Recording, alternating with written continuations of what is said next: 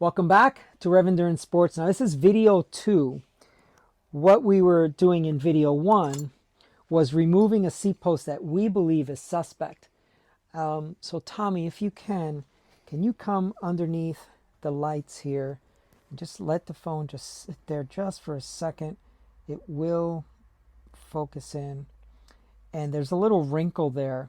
It could be cosmetic, but if you have not watched video 1, Tommy's going to ride his bike across the country.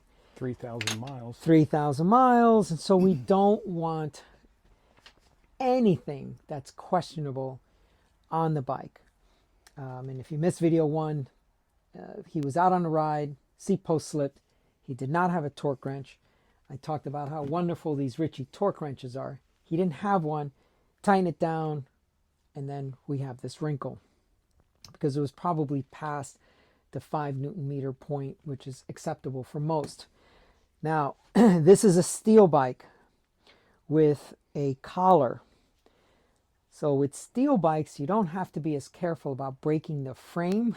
So what ends up happening is you may wrinkle or crack a seat post, which of course, that's the least expensive thing that you could replace. You don't want to replace a carbon frame, so you're not going to end up replacing a steel frame because you clamped it too hard. I mean, that's just the beautiful thing about steel bikes.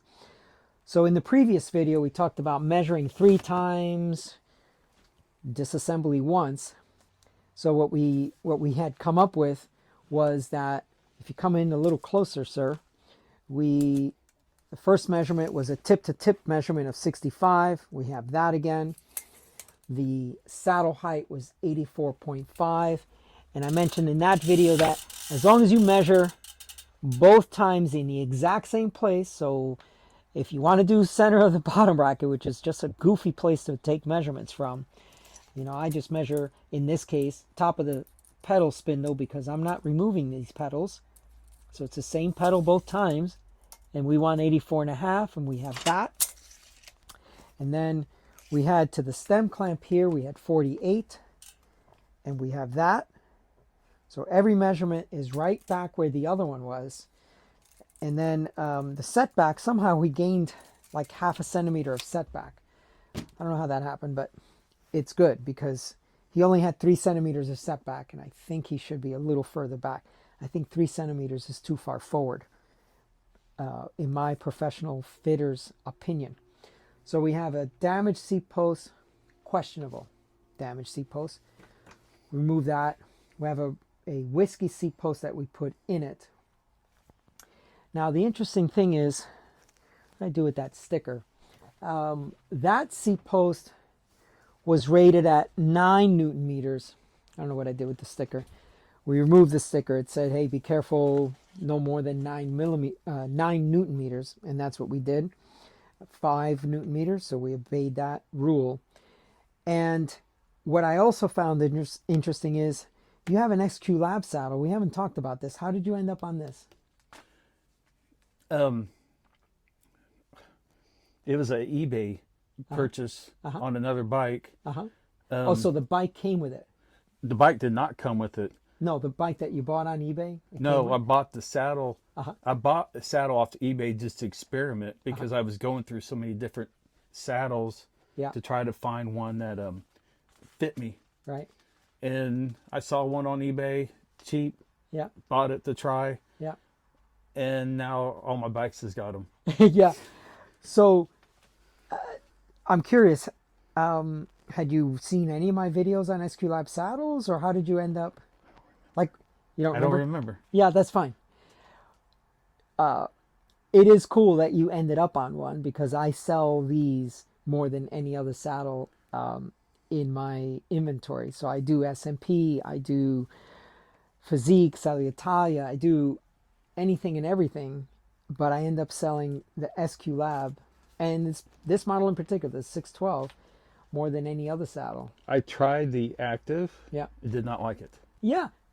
That's funny. I didn't even prompt you for that. I didn't like the Active either. It was too over cushioned, maybe. Yeah. I don't know. The fit was odd. Yeah. And I bought one of those 612s Yeah. originally, Yeah. liked it, Yeah. and thought I'd like the active better. Yes.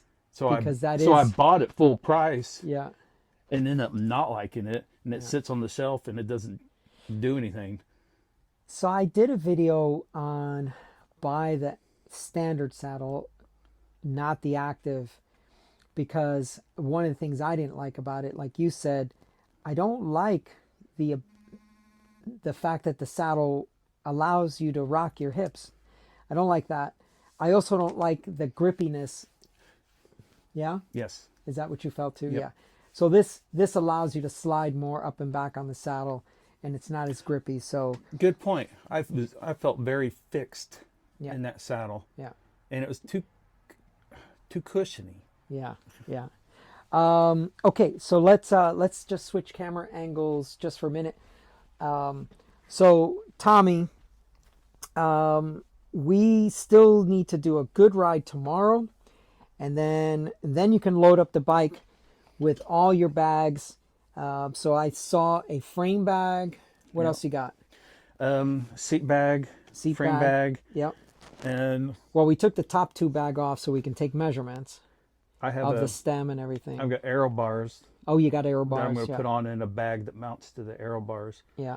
Yeah. And I just want to say that I typically don't ride with the aero bars. Yeah. Yeah. But I thought on this trip I might need it.